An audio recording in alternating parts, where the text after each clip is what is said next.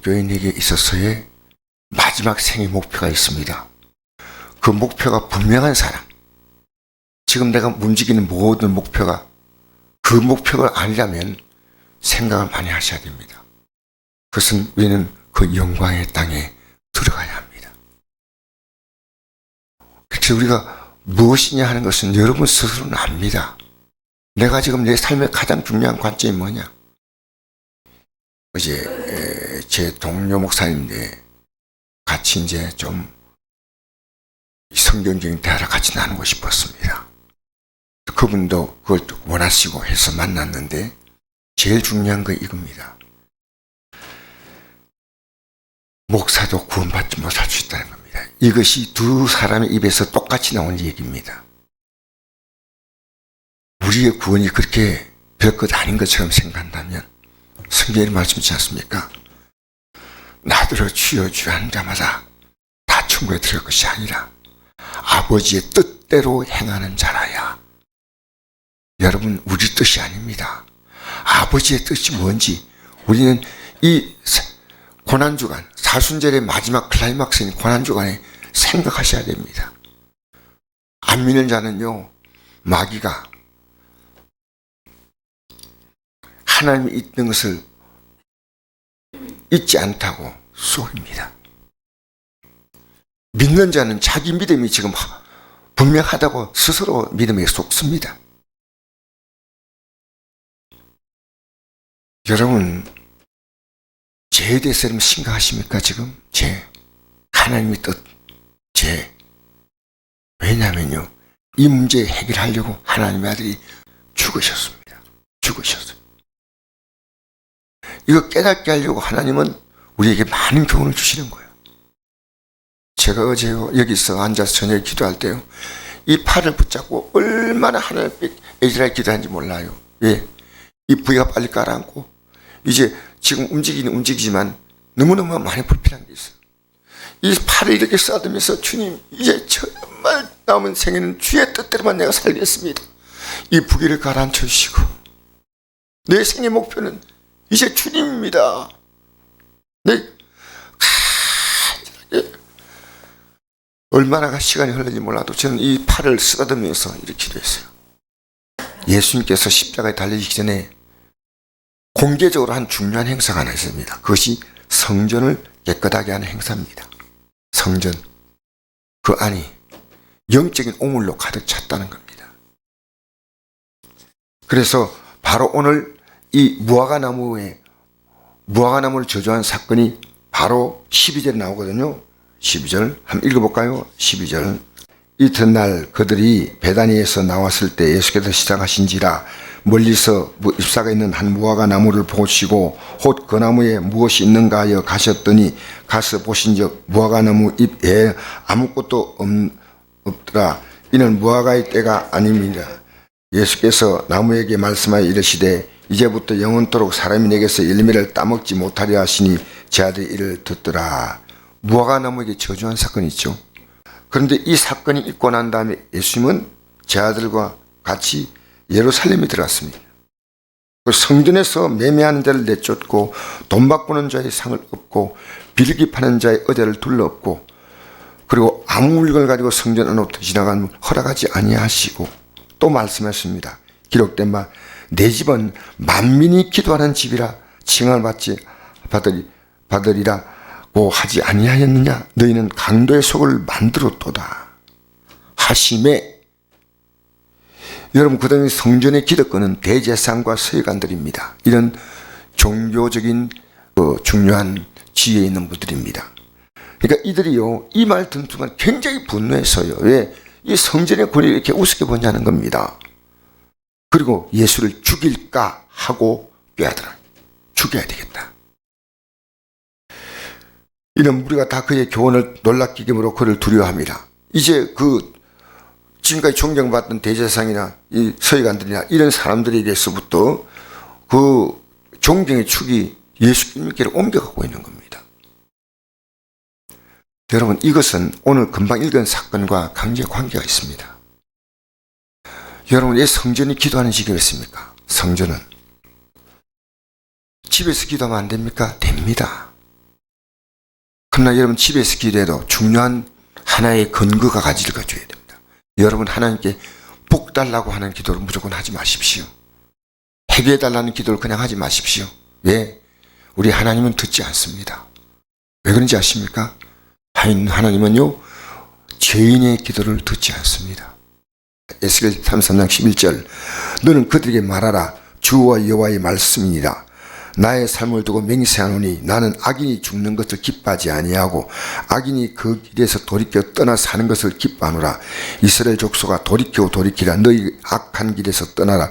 어찌 죽고자 하느냐 하셨다라. 인자야 너는 내 민족이 이르기를 의인이 범죄하는 날에는 그 공의가 구원하지 못할 것이요 악인이 돌이켜 그 악에서 떠난 날에는 그 악이 그를 엎드러뜨리지 못할 것인즉 의인이 범죄한 날에는 그 의로 말미암아 살지 못하리라. 의인이 범죄하는 그날 하나님은 지금까지 살아왔던 삶을 인정해 주는 게 아니고요 살지 못한다는 겁니다. 하나님 말씀으로 공부했는데요 본인이 안 듣지 않습니까? 의인도 안 된다는 겁니다. 그래서 여러분 예수의 십자가 공로가요 왜 필요하냐면요 여러분 살아왔던 삶을 공의롭게 만드는 게 십자가의 죽음이에요. 그것을 받아들인 사람은 반드시 회개하는 겁니다. 어제도 회개했습니다. 여러분 만약 회개할 것이 없다면 여러분은 어제 의인으로 살았다는 증거입니다. 아니면 여러분이 속는 겁니다. 여러분 우리 기도에 나와가지고 내가 회개할 것이 제가 없는데 뭘 기도하겠습니까? 성경이 기도하는 가장 중요한 기도는요 회개 기도입니다. 회개하면요 회복시키는 겁니다. 그래서 오늘 읽은 말씀 가운데 보니까요 무화과 나무를 저주했죠. 이 저주한 무화과 나무가 말라버렸습니다. 그죠? 예수님의 기도는 왜 말랐느냐? 이 기도를 보여주는 겁니다. 여러분 우리 인간의 삶은요 아무리 아름답게 보여도 무화과밖에 안 됩니다. 예수님만 무화과 나무가 아니고 참 포도나무입니다. 참 포도나무예요. 예수님께 붙어야 됩니다.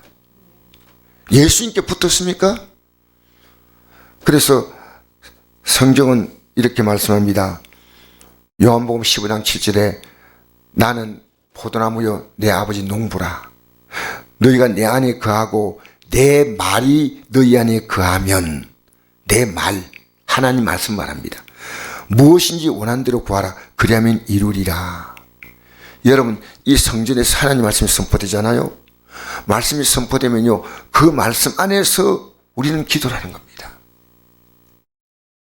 내 말이 너희 안에 거하면 그러니까 우리가 할 수 있는 최고의 기도는 회개기도입니다. 회개기도입니다. 이보다 더 놀라운 기도가 없습니다. 그래서 예수님이 이제 이 성전 청소를 다 하시고 난 다음에 이 성전이요 말씀이 바로 선포되었으면요 기도할 거 아니겠습니까?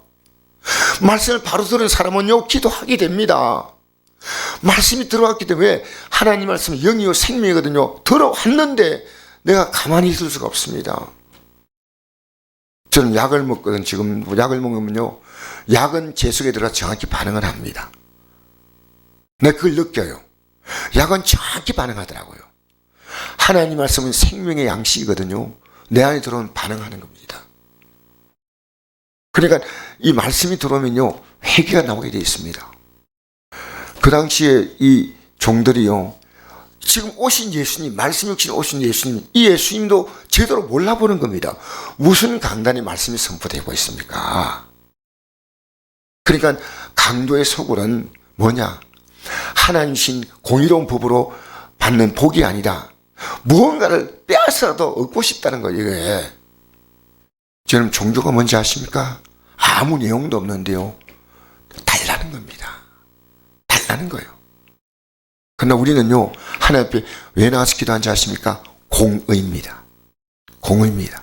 농부가 씨를 뿌리면 당연히 거기서 열매를 걷는 것처럼요, 공의입니다.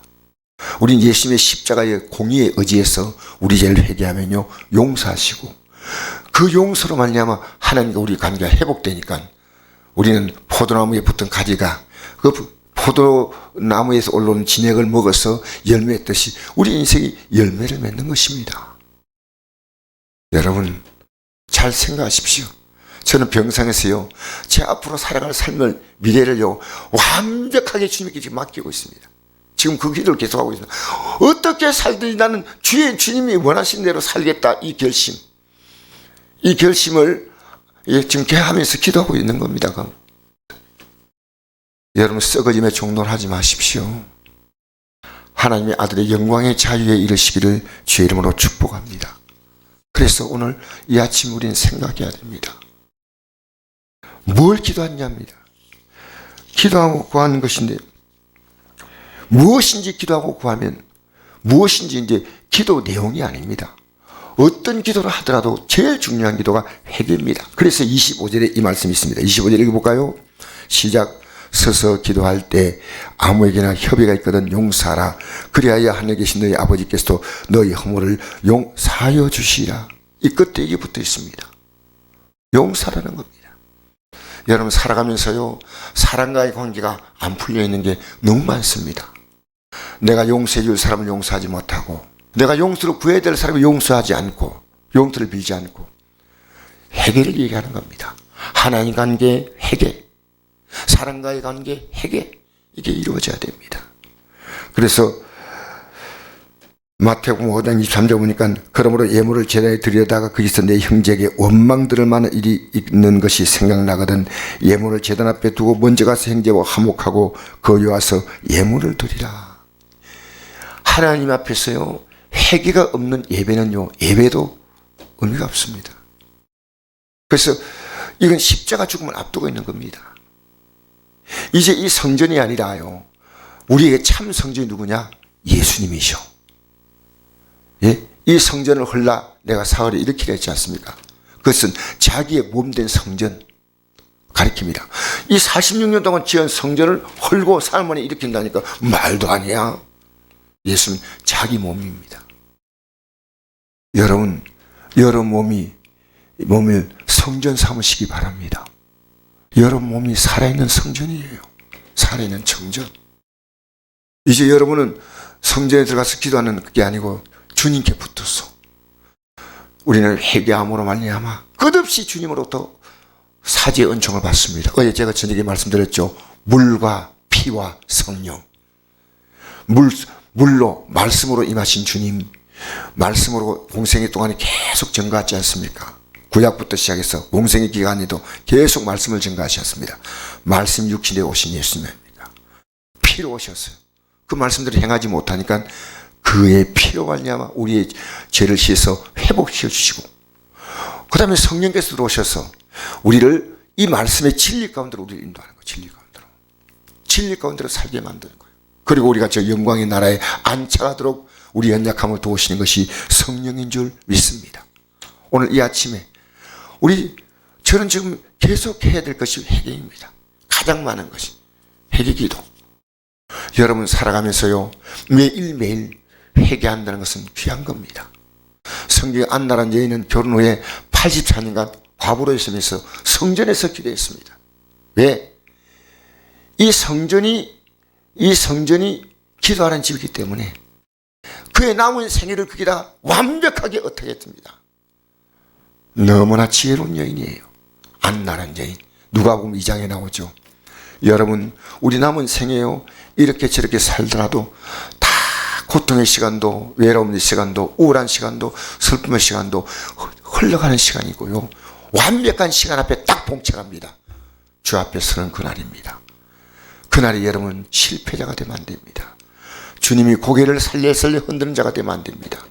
내가 너를 알지 못한다고 하는 부끄러운 자리에 서는 자가 되어서는 안 됩니다. 여러분 지금 여러분 안에는 누가 계십니까? 주님이십니까? 주의 뜻입니까? 여러분입니까? 우리 주의 뜻에 서십시다. 주의 뜻에 서십시다. 예. 우리가 살아도 주를 위해 살고 죽어도 주를 죽나니 사나 죽으나 주의 것이다 하는 것은요, 주님이 우리의 것이 되려고 십자가에 죽었어요. 내가 너의 것이 되려고 난 너의 죽었어. 이제 너가 나의 것으로 살지 않겠니? 이 세상 것에 마음 빼앗겨 살는 거죠. 여러분 일가친척 다 필요합니다. 저는 뭐 필요하지 않다는 거 아닙니다. 형제, 가족들, 아내, 남편 다 필요하지만 우리의 가장 완벽한 관계는 하나님과의 관계입니다. 이 생명관계, 영원한 생명관계를 든든히 하시기를 주의 이름으로 축복합니다.